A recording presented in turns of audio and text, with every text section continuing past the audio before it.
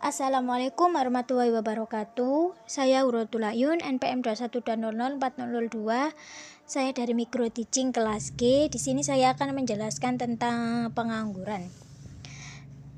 Sebelum kita memasuki materi pengangguran, ada tujuan yang harus kita tahu. Yang pertama yaitu definisi pengangguran, yang kedua jenis-jenis pengangguran, yang ketiga penyebab pengangguran, yang keempat dampak pengangguran, dan yang terakhir cara mengatasi pengangguran.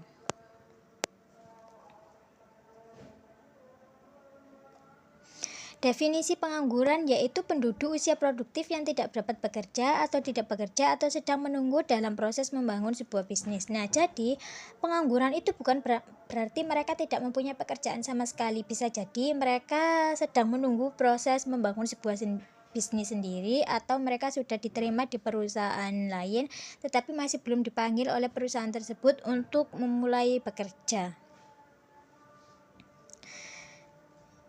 Jenis-jenis pengangguran. Ada pengangguran pada dasarnya. Yang pertama yaitu pengangguran ketidakcakapan, yang kedua pengangguran tak kentara atau pengangguran terselubung, yang ketiga pengangguran kentara atau pengangguran terbuka. Ada juga jenis pengangguran menurut sebab-sebabnya. Yang pertama ada pengangguran musiman, yang kedua pengangguran friksional, yang ketiga pengangguran karena upah terlalu tinggi, dan yang terakhir ada pengangguran struktural.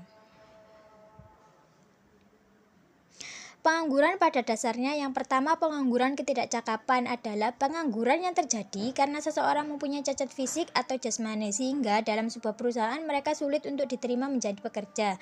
Yang kedua, pengangguran terselubung, mereka yang terjadi apabila para pekerja telah menggunakan waktu kerjanya secara penuh. Dan yang terakhir, pengangguran terbuka, yaitu timbul karena kurangnya kesempatan kerja atau tidak adanya lapangan pekerjaan. Ada jenis pengangguran menurut sebab-sebabnya. Yang pertama pengangguran musiman, biasa terjadi pada sektor pertanian, misalnya di musim paceklik. Yang kedua pengangguran friksional, pengangguran terjadi karena penawaran tenaga kerja lebih banyak. Yang ketiga pengangguran karena upah terlalu tinggi, terjadi karena para pekerja atau pencari kerja menginginkan adanya upah atau gaji yang terlalu tinggi. Yang keempat pengangguran struktural, yaitu pengangguran yang terjadi karena terdapat perubahan struktur kehidupan masyarakat. Ada penyebab dari pengangguran, yaitu yang pertama ada lapangan kerja terbatas, sedangkan pencari kerja lebih banyak sehingga sebagian pencari kerja tersebut tidak mendapatkan pekerjaan, maka terjadilah pengangguran. Karena terjadi lapangan pekerjaan sama pencari kerja tidak seimbang.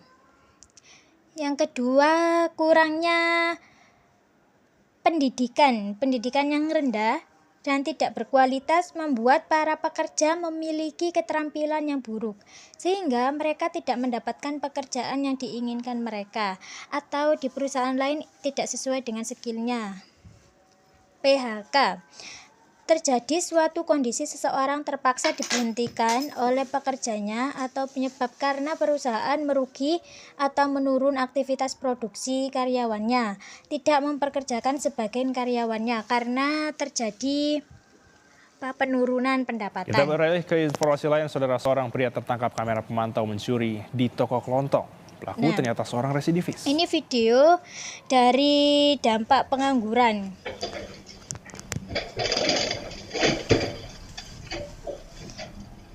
Video ini menjelaskan RN mereka tertangkap yang kamera mencuri sejumlah barang dari sebuah toko kelontong. Membutuhkan Pria penghasilan berusia karena 20 tahun mereka itu tidak menjalankan memiliki aksinya dengan pekerja. santai. Terkadang mereka harus lalu melakukan melaporkan tindakan kejadian tersebut ke kriminal. polisi. Nah, ini Pelaku contohnya. yang ternyata residivis maling Mereka ditangkap sepekan pasca menghalalkan kejadian, saudara. semua Saat menangkap pekerjaan pelaku, polisi juga menemukan karena sejumlah untuk ada 18 menghidupi paket semua narkoba jenis keluarga sabu. agar tidak sampai kekurangan makan. Solusi dari pengangguran yang pertama yaitu meningkatkan pendidikan. Pendidikan merupakan sesuatu yang sangat penting. Dengan pendidikan yang berkualitas, maka diharapkan mereka memiliki keterampilan yang baik, kualitas SDM yang baik, sehingga dapat mencari pekerjaan. Yang kedua, investasi dapat membuka lapangan pekerjaan, tingginya nilai investasi banyak usaha-usaha baru, tumbuhnya usaha-usaha baru tersebut sebenarnya mampu menciptakan lapangan kerja baru sehingga dapat mengurangi nilai pengangguran. Yang ketiga, kewirausahaan dapat mendorong tumbuhnya usaha-usaha kecil di masyarakat sehingga mereka tidak bergantung pada pekerjaan, namun mereka juga dapat menciptakan lapangan kerja yang baru.